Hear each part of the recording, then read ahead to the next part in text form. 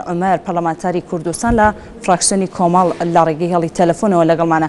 کاک سۆرانم کاتت باش. لە ئێستادا پەرلەمان کۆبوونەوەکەی دواخراوە، لەلایەکی ترەوە پارتی داوای لە وەزیرەکانی بزوتنەوەی گۆڕان کردو کە شاری هەولێر چۆڵ بکەن و نەچنەوە بۆ داوامەکانیان. هەروەها سەرۆکی پەرلەمان لە ئێستادا چی ئەمێنێتەوە بۆ ئەوەی کێشە و قەیرانەکانی هەرێمی کوردستان چارەسەر بکرێت؟ سەڵام لە بەڕێستان. کۆبوونەوەی بەیانی پەرلەمانی کوردستان من هەر لە میدیاوە زانیومە کە دەوترێت دواخراوێت، هەرچەندە ئەگەر دواش بخرێ لەبەر هەرسیاری دۆخەکە و دروست نەبوونی ئاڵۆزیە لە ناو پەرلەمانە بەهۆی ئەو بارگرتیانی کە دروست بووە.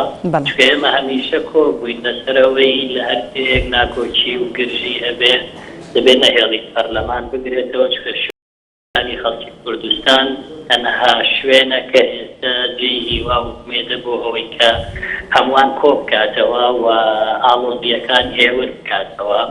بەڵام بەداخەوە من ئومێد دەکەم ئەوەی کە هەر تەنها لە میدیاوە بیستات لە میدیاوە و بە شێوی خۆگرام بڕیاری فەرمی پارتی دیموکراتی کوردستان نەبێ بەرامبەر بە پەرلەمانی کوردستان. ئەو پەرلەمانی کە پارتی دیموکراسی و 8 کورسی تایە هەیە و جێگری سەرۆکی پەرلەمانی هەیە و حکوومەت کە ئەوان سەرۆکی حکوومەتیان هەیە لەو پەرلەمانەوە متمانەی وەرگرتووە.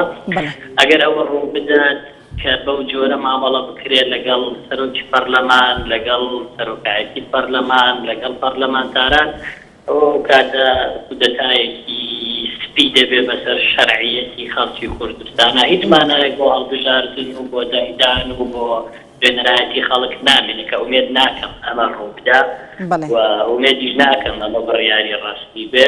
ڕەنگە شتێک مەسجێکی لابەلا بێ بۆەوەی کە نازانم بۆ چمە بەستێک. بەڵێ کۆمەڵی ئیسلامی هەوڵی نێوەندگیریە دەت؟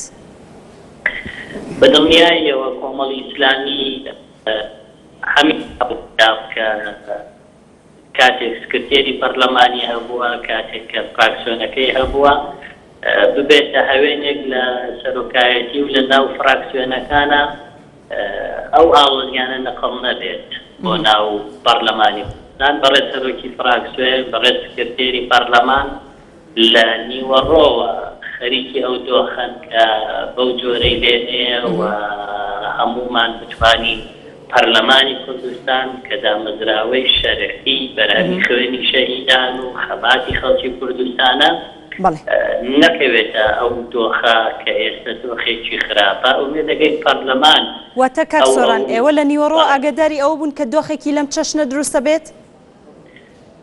بەڵێ بەداخەوە سەرۆکی فراکسیۆنی کۆمەڵی ئیسلامی سکرتێری پەرلەمانی کوردستان ئاگایان لەو دۆخە بووە و تا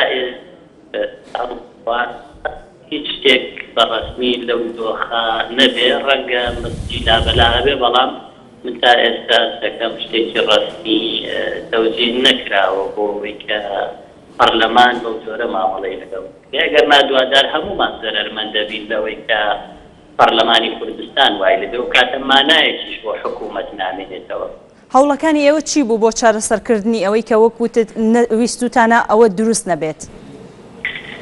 لە ڕاستیە بەڕێز سەرۆکی فراکسیۆن لەگەڵ فراکسیۆنەکان، لەگەڵ سەرۆکایەتی پەرلەمان، لەگەڵ جێگری سەرۆکی پەرلەمان هەر لە پەیوەندیە هێزان و پەیوەندیا بۆ بەڕێز سکرتێری پەرلەمان و تەنانەت ئەمیری کۆمەڵی ئیسلامیش لەسەر خەتە لەوەی کە دۆخە ڕابگیرێەوە هیچ شتێک بوو نەدا کە ئاڵۆزی زیاتر هەوڵەکان بەردەوامە بۆەوەی کە بە هەموومان بتوانین ئەو دۆخە کۆنتڕۆڵ پاکستانی لە شوێنی هێورکردنەوە نەک ئاڵۆزیەکان پەرلەمانی کوردستانیش بگرێتەوە.